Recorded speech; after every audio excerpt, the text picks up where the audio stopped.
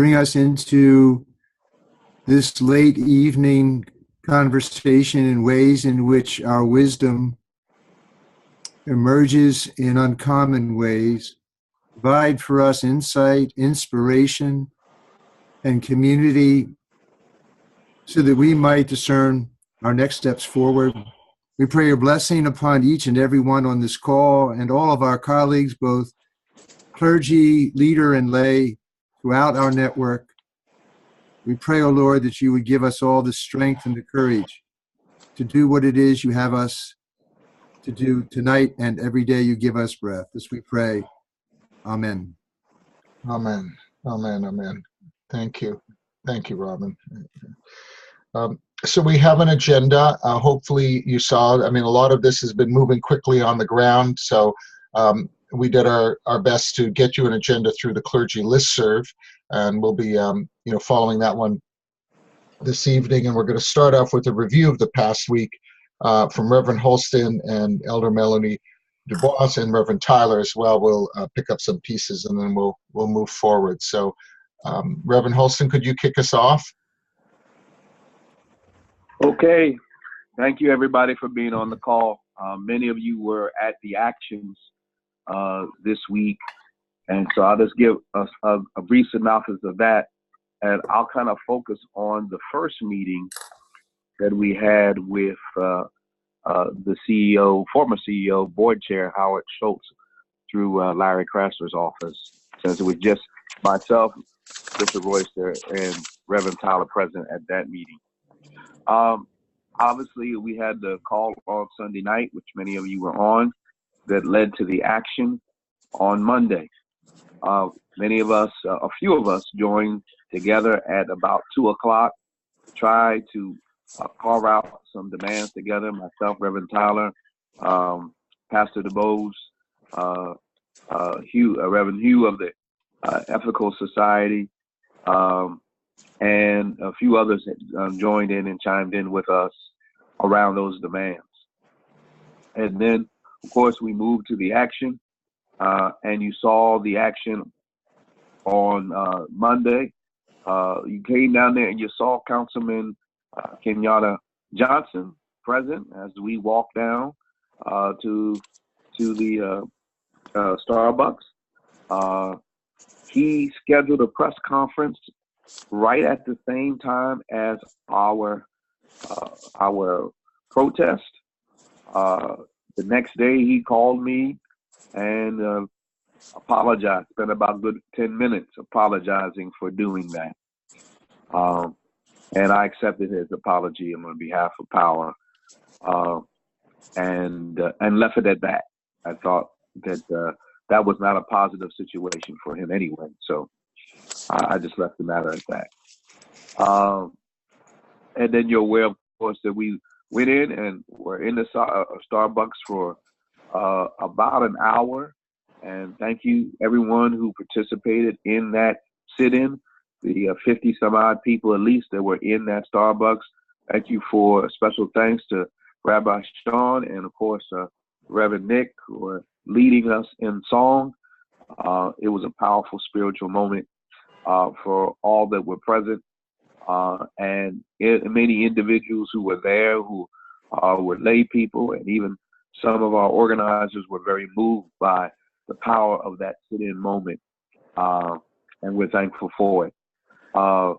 We then moved at Reverend Tyler's prompting to march down to the Starbucks on 15th Street, and a similar gathering. Most of us stayed with us during that gathering, and we filled that Starbucks to capacity for another 25 minutes, in which again we sang songs and lifted up why we were there and why our presence was necessary at that time.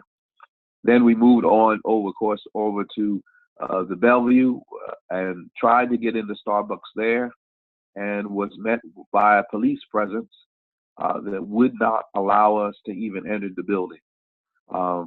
They said we were disrupting the business, and they would not allow us to do that. Of course, Martin Luther King, I guess, disrupted the business as well.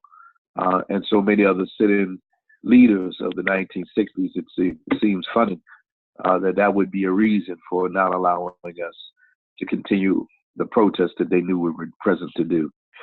And so, of course, then we went back to the Ethical Society after that for a clergy call, with national clergy call to talk about what happened, and meet mostly with a lot of our national staff about what could be our next steps. The following day, and I'll share this day, and then Pastor Melly can take it from here. Following day, I received a call about 9:30 in the morning as I was coming to the power office, and that call was from District Attorney Larry Krasner.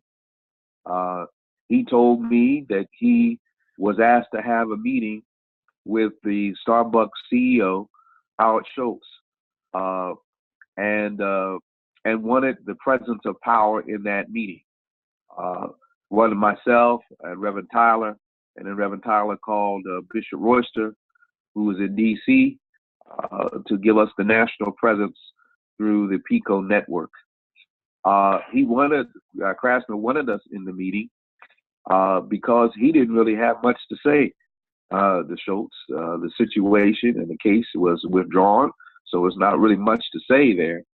But he thought it was important for Schultz to speak to the movement leaders in the town, namely Power. So we met with him approximately, it was 1 or 2 o'clock that afternoon, and we met for over an hour of conversation. We shared several points that became a part of our demands, or that were a part of our demands that we shaped on Monday. One being the race conversations that they tried 3 years ago, Race Together, which he went in depth to explain to us. We talked about that being an opportunity to bring that again back, but this time grounded in racial justice organizations on the ground who have the credibility to carry off those kinds of conversations. We talked to him also about economic justice issues around $15 for their workers. Their workers on average make $10 across the nation, $12 in Philadelphia. And we shared about those particular issues. Bishop shared generally about building some type of partnership and the reality that they were doing this before. And maybe this would be an opportunity now to partner with organizations like ourselves, where we're a strong racial justice presence. I shared in some detail about Starbucks and gentrification and how they are, according to much what I read and much what I've seen, while they do not create gentrification, they accelerate the process when their stores are placed in neighborhoods that are changing. They usually call higher property taxes and therefore cause the neighborhood to change much more swiftly. When confronted with this, he did not deny it. In fact, I called it what they call it, the Starbucks effect. He did not deny it. He did not back off of it. He did not say that it was something that was not true. This merely said that they weren't responsible for all gentrification. And I again clarified, we were not saying that. We're just saying that your stores accelerate the process. It was a fruitful meeting, and a few of other his VPs were present in the room, Vivek, and one other vice president. And that led to us challenging him to meet with us and meet with our allies the next day. And that led to the meeting at Mother Bethel. And Pastor Melody, maybe you can take it from there. So, is everyone hearing me now? Yeah, you're good. Yeah. Okay, so in addition to the demands that we made on Starbucks, as you probably recall, the Commissioner Ross came out immediate after the incident and made a statement in which he really sided with the actions of the police and really exacerbated the situation with regard to the racial tension that was present in the entire incident. So, in addition to the demands that were made on Starbucks, we also made demands on the city of Philadelphia and the police department. So, during the meeting, during the planning meeting, we were already poised to do an additional, the planning meeting on Tuesday, we were already poised to do an additional action. And we made the collective decision that that second action, which would have been 1 week to the date of the incident, that means Thursday, we would, instead of going back to Starbucks, we would do that action at the police department to really lift up the misstep that was made by Commissioner Ross. Only to find out that that Thursday morning, he did another statement, which was a line-by-line delineation of a retraction of the steps that he had taken and the fact that he had just taken a number of missteps with regard to his entire reaction to the incident. So he really, if I can paraphrase, begged the pardon of the city or citizens, acknowledged his wrong, and admitted that he had done quite a bit of homework with regard to understanding the culture of Starbucks, and that everything that he said warranted another look. So he had really been investigating his whole reaction to the situation, and realized in those few days that he had escalated where he should have been de-escalating.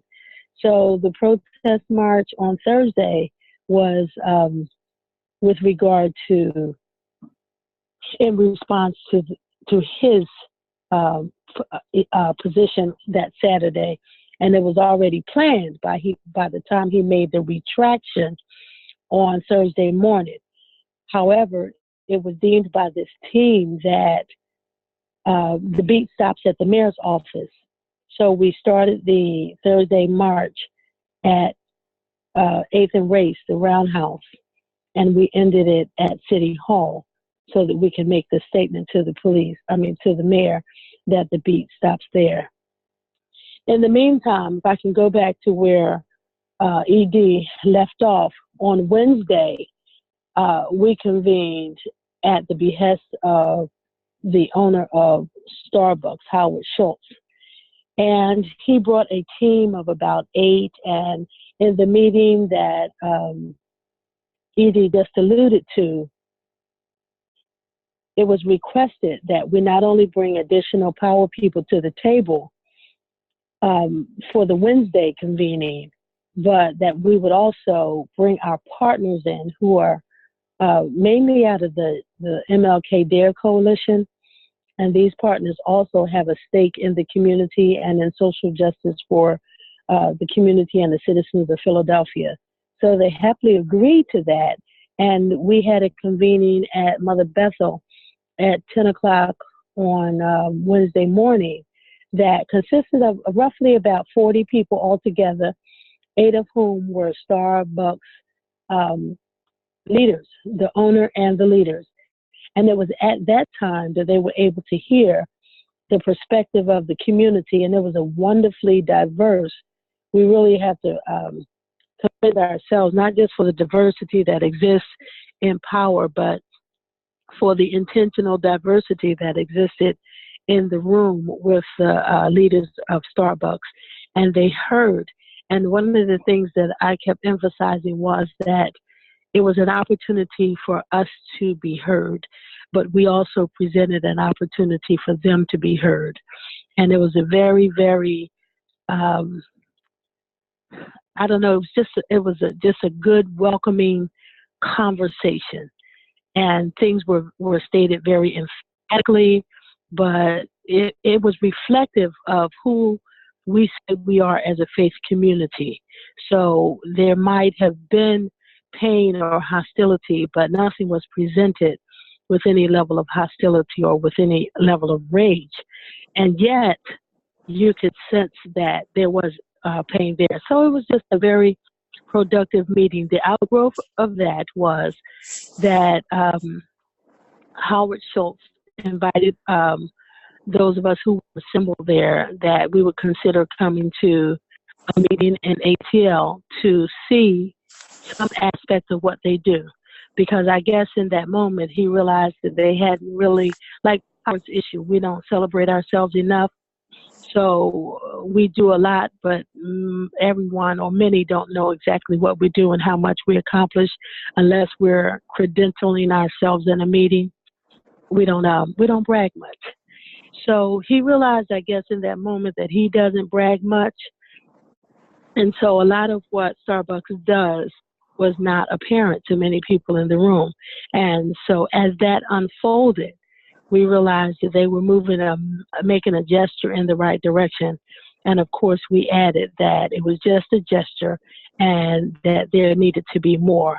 So he, Schultz, and his team seemed to be open to more conversation on May 3rd in ATL. And of late, they're open to more conversation that I believe Dr. Tyler will talk about at this point. That's great laying it out from the two of you. Before I go on, does anybody have any questions for either of them about what's happened up to this point? Mark, I just want to say that Right, Frank Pennington has also joined us, just so we're aware of that. All right, great. So thank you for an excellent way of laying that out. And I think one of the things, so you were just saying, Elder DeBose, something that I think that we ought to really celebrate, power in this moment. And you're right, we get so busy doing it that we don't stop and think, but power has really owned this moment and has really, I think, framed it in such a way that the rest of the city, and I dare say the country, is looking at us, trying to see what's the next step.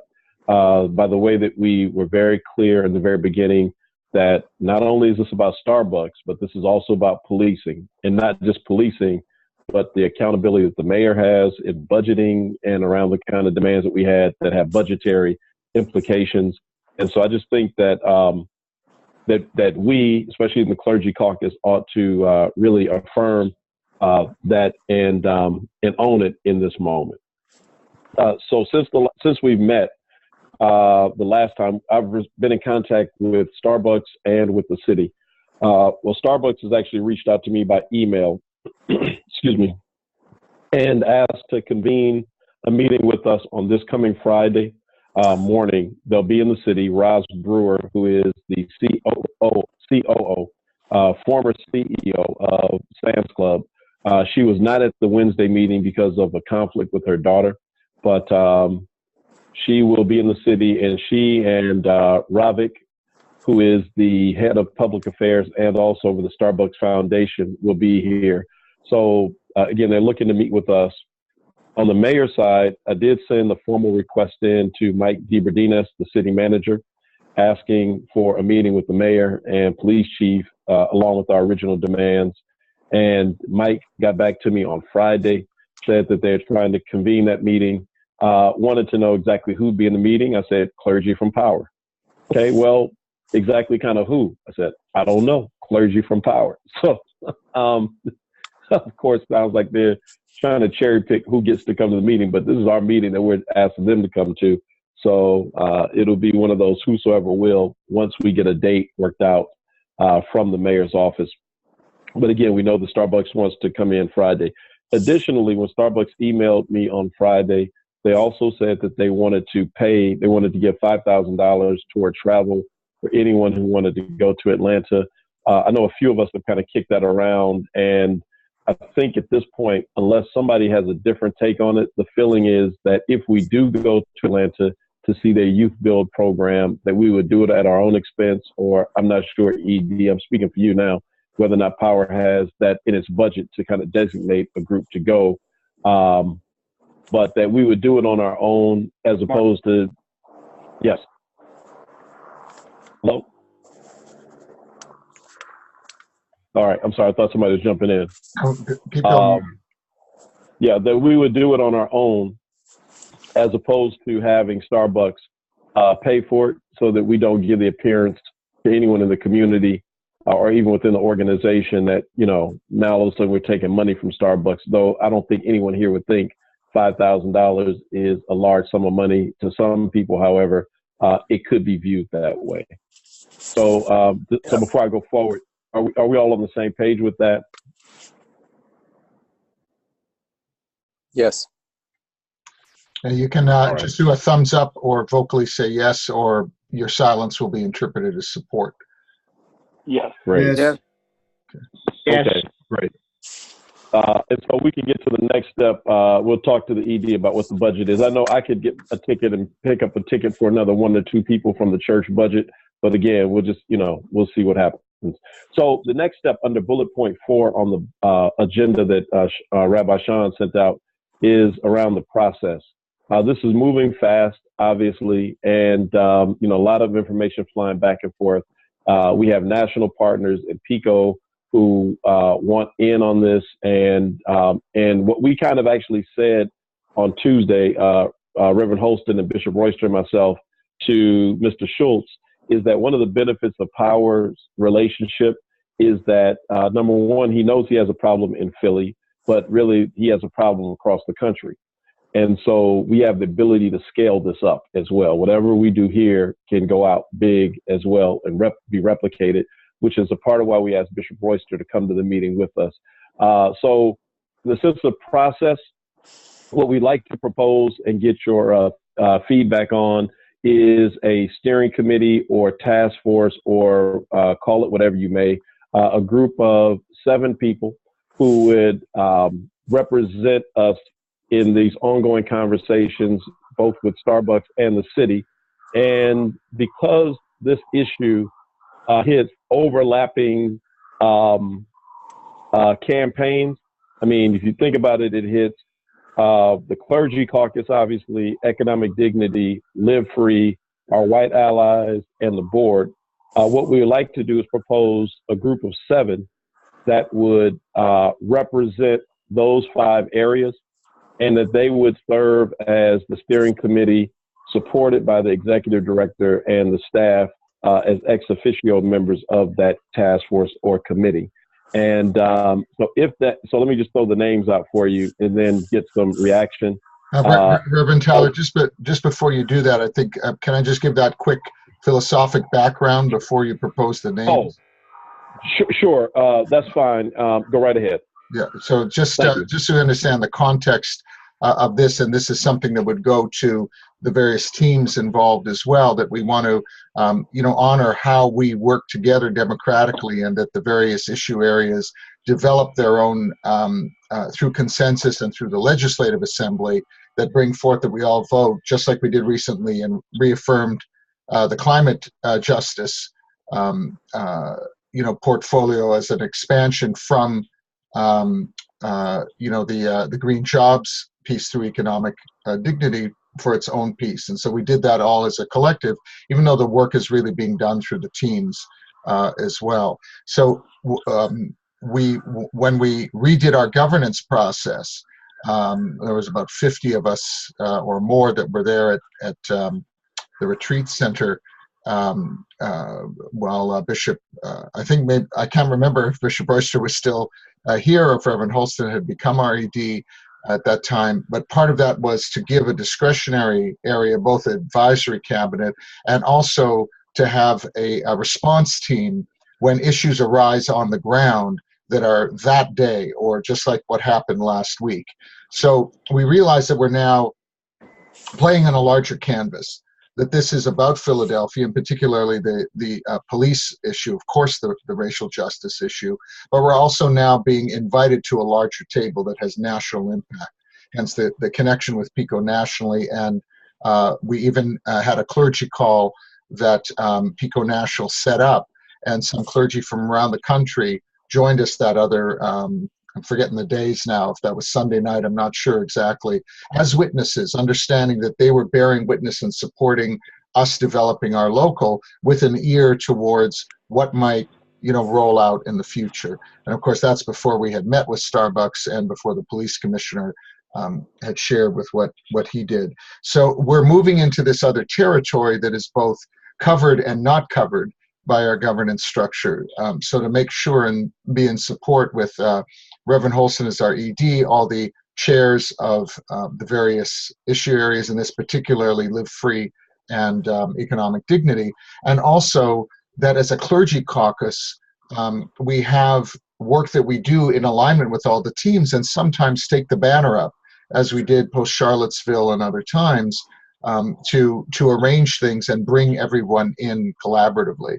So because this is moving to another scale, right, and also touches on particularly the racial and economic justice issues. So that's why Reverend Tyler is about to suggest some names, and we would go, run them by the two teams, which are also have some representation. And Reverend Tyler, you may be able to say more about anyone you were able to touch base with before. But we just wanted to understand that we're doing this. We're moving in response on the ground with the situation, as well as trying to operate and bring in the way that we work on issue areas, so that we are neither miss the boat because we go into process purgatory and everyone's since left and gone on because our own house can't get in order, nor are we trying to just motor on as a clergy caucus and not honor and respect the teams who have been doing this work for a number of years. So that's why we spoke to Reverend Holston earlier, just to make sure that we can propose something that in a sense includes everybody and also recognizes that this is a changing piece on the ground that is morphing, and we need to be at the table. We've been invited to the table on a national scale, and this is a moment that we have truly been made for. So I don't know, Reverend Tyler, if there's anything else you want to add before the names. No, that's a really good framing. And again, and what we have done is we've kind of reached out to all these different groups. The clergy caucus, obviously, Sean and I have talked about it, but the board, I've spoken to Wiley on the board as the board chair. He supports the idea. But what we are also pushing for is that each of these campaigns would give it a thumbs up or a thumbs down. Is that a good way of saying it, ED? That they would affirm it? Yes, they would affirm it one way or the other. Right. That just comes up from all of the teams as a joint effort because the authority for running campaigns reside in the teams. Right. So spoken to the board chair, he thinks that the idea is fine, and the names I've asked him on the board, he's okay with. Economic dignity, I've spoken to Terry. Have not spoken to Kate Esposito. Today is her birthday, so she's offline, but Terry is in support of it. Live Free, Elder DeBose, myself, Imam Hassan, and Dr. Callahan, spoken to everyone there. Everyone there is okay with this as a process. The White Allies group, spoken to Reverend Robin Heineke. He's fine with it, and I'm not exactly sure what that structure is. So, Robin, if you're not the chair, we just kind of make you the chair tonight. But so those are, again, kind of those 5 areas: the clergy caucus, the board, economic dignity, Live Free, the White Allies group. And that when you look at the enormity of this issue between Starbucks and the police department and the city's role, we think that all 5 of those areas are involved in some kind of way and have some sense of weighing in. So that being said, what we like to propose are these names. And again, each of these different campaigns or boards or caucuses might say, well, we like the idea, but maybe not the person. For example, the economic dignity, we're asking Terry, but Terry is saying, well, it might be her, but it may be Paula or Francis because they've got some other work going and they'll talk. So though she supports it, it just may be another one of them, or maybe them kind of rotating in and out. It just depends. So we're looking at Elder DeBose, Rabbi Sean, Reverend Lori Hershey, Reverend Robin Heineke, Imam Hassan, who could not make this call because he has like some serious back issues tonight. Terry, or someone else from Economic Dignity, and myself.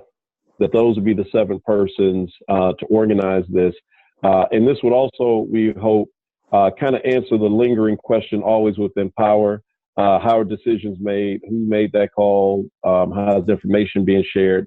But that as we communicate between the police and the city and Starbucks, at least until we get far enough along the road where things start kind of residing where they're supposed to in the existing campaigns, that this would be the group to hold it. And I would just add one other thing that opened it up for your comments and input. You know, I was thinking that, and ED, you may have some thoughts on this, but I think the national PICO group may want to, if we adopt this as a model, may want to do something similar, because you've got Live Free with McBride, you know, Bishop Oyster is the national political director, Reverend Michael Ray Matthews, clergy organizing.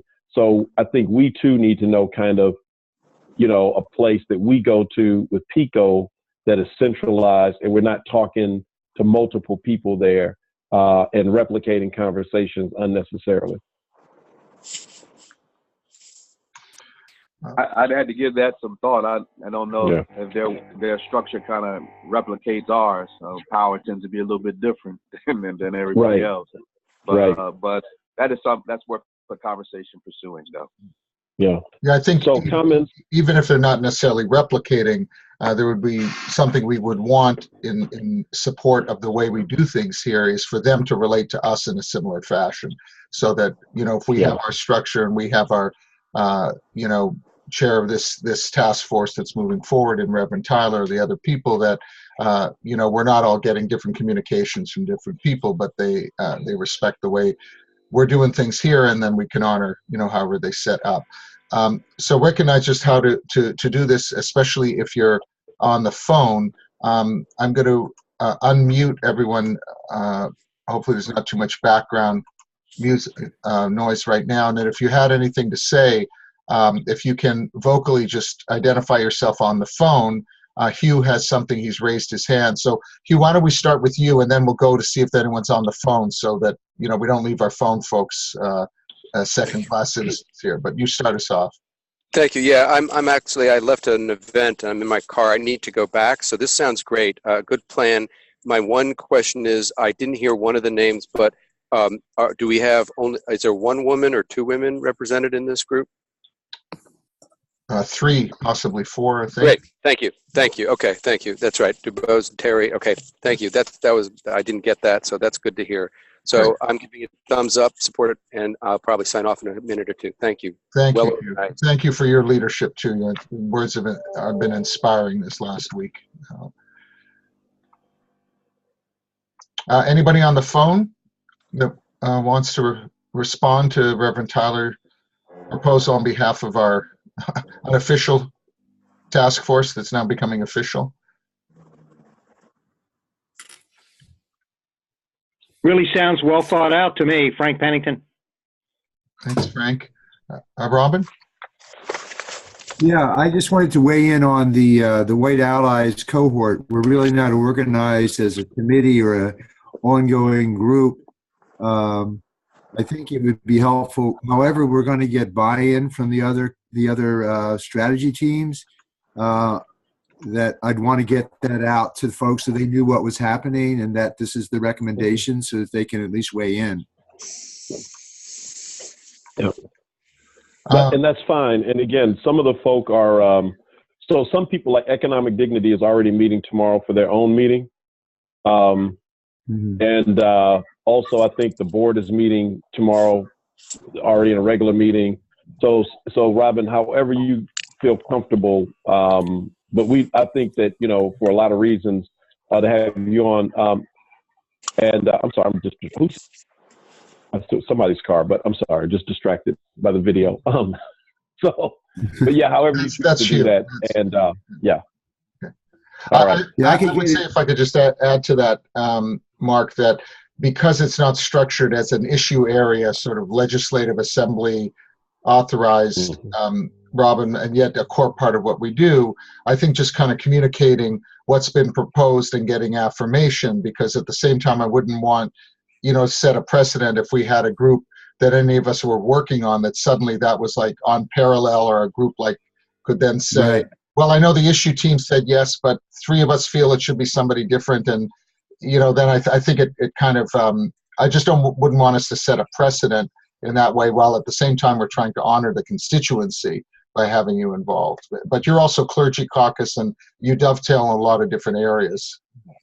Yeah, I don't really see a problem, but I think communication would be important. Just to say, this task force is being developed. I've been asked to sit on, and as in my role of providing leadership to the White Allies cohort, and just want to make folks aware of that and solicit your prayers. Right. Something like that. Yeah, and Right.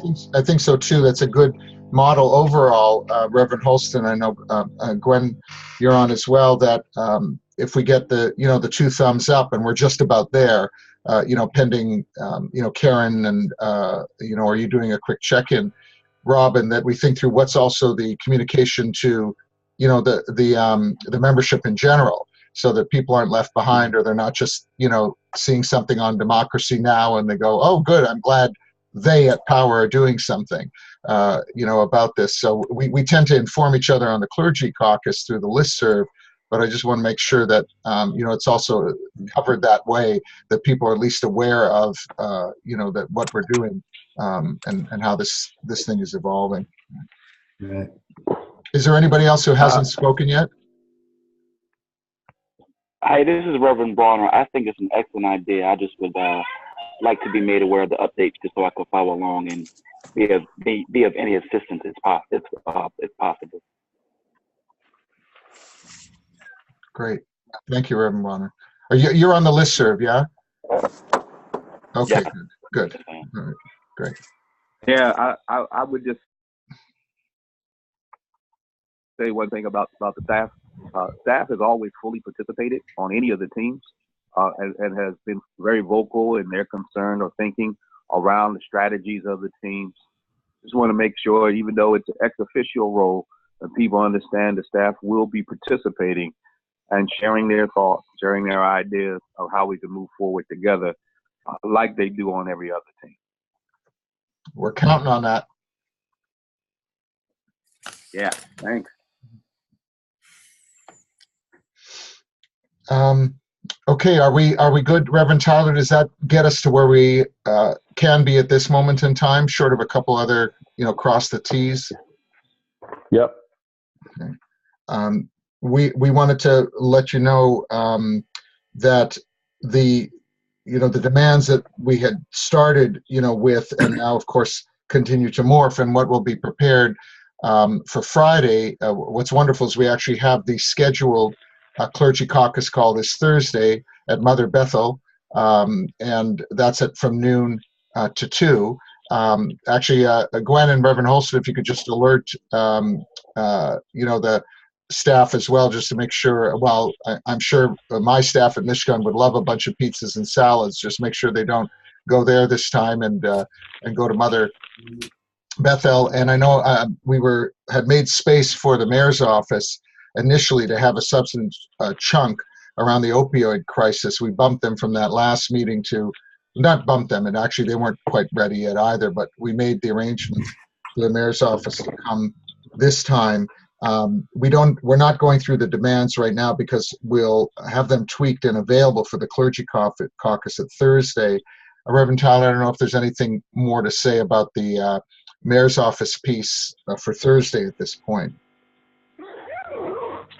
Right. So, no, at this point, I mean, you never know. The mayor's office may actually ask if they can use that time. They know that they're coming for the opioid conversation. So they may want to, because we actually asked the mayor to be there at the meeting, which was a part of our moving the meeting to Mother Bethel on Thursday, hoping that the mayor could actually be present that day. So I'm not sure, but I'll send something out as soon as I hear back from the city manager. Great. Okay. So, and in the most recent thing I sent out also included another reminder for this Thursday as well, to meet at Mother Bethel. There's this corresponding piece rolling out nationally, and as I mentioned in our other planning call, there was because we could feel the Spirit moving towards a larger canvas, as I said before. So we do have some national clergy who joined us on that call and who want to be of support and just also listen in, since there will be national corresponding piece to this.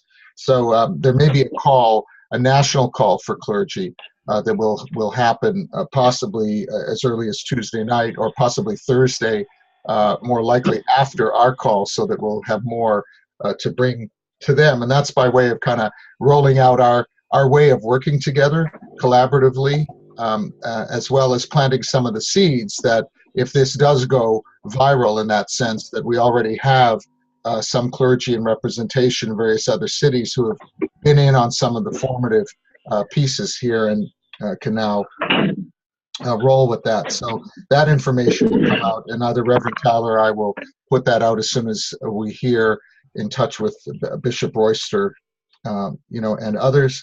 I just wanted to mention an adjacent piece. I know I don't think we got any other rabbis in the house here tonight, but there is a piece that those of us in the Jewish community are navigating around this. It was raised by Rabbi Mordechai Liebling and affirmed by myself after the meeting, where there was some concern about the Anti-Defamation League's involvement because of some of their mixed past around Israel-Palestine issues and African-American issues.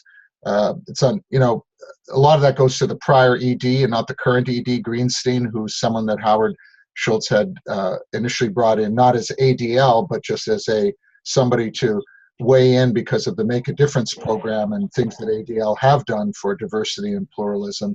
So I want to acknowledge there is a mixed bag there, and that's gotten caught in some of the other interpersonal or organizational tensions that fly around intersectional issues. So that's not for us. We don't have to, there's nothing I'm bringing here for us to vote on or whatever, but it's like I would always want any of us to say, hey, that's great here, and this is going down in the Methodist world parallel to this. So this just happens to be a piece that's got a lot of complexity attached in the Jewish world that I'm dealing with in a whole variety of areas in my email box and otherwise, that's not related to power or relationships here. But I just wanted us to, to be aware of that, because some of you may be, seeing that, catching some of that, along the way, and it's good for us just to be, aware. We also have to be, vigilant that it doesn't then spill over in terms of, clearly the fact that we're all together is not, oh, no Jews at the table. We don't want anything tipping, to a point where it starts to exclude any particular group under a politicized realm. But, that's the thing. You start to move from AAA. As I said to Reverend Holston earlier today, we are on our A game here. And we're in the A game in Philly, and on some level we're AAA, and now we're moving up to the majors in this league. And so issues will come and attach themselves by definition that may not be related to exactly what we're dealing with, but people are going to weigh in, and so we'll see how this unfolds. So that's just an FYI piece of that. You can always talk to me separately if you want to hear some of what's going on there. And I think that brings us, Mark, I think we're into recap of next steps. Is that, or is it? Yeah, yep, that's it. And so as we look, first of all, are there any questions about anything we covered that we didn't address other than things that are next steps? All right, hearing none. So as far as next steps are concerned, one thing I want to just say, and Sean, you kind of raised that just a second ago when you said we're moving up from AAA to, to the majors quickly.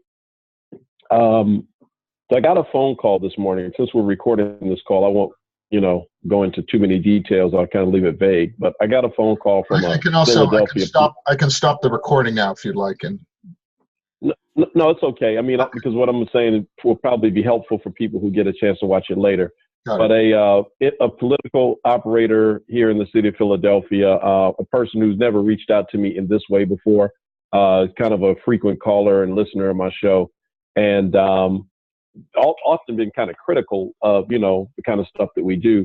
but reached out to say that he had attended a meeting recently, and that that these were kind of like political big shots and movers and shakers in the state of Pennsylvania, and the issue of power came up, and so the group began to talk about power and saying that power is becoming a problem, and that by problem that we're actually having success and having some wins, and we're really speaking in some ways of, basically his message to me was, if you have churches, synagogues, masjids that have, issues like tax problems or anything else that people can attack, tighten your stuff up.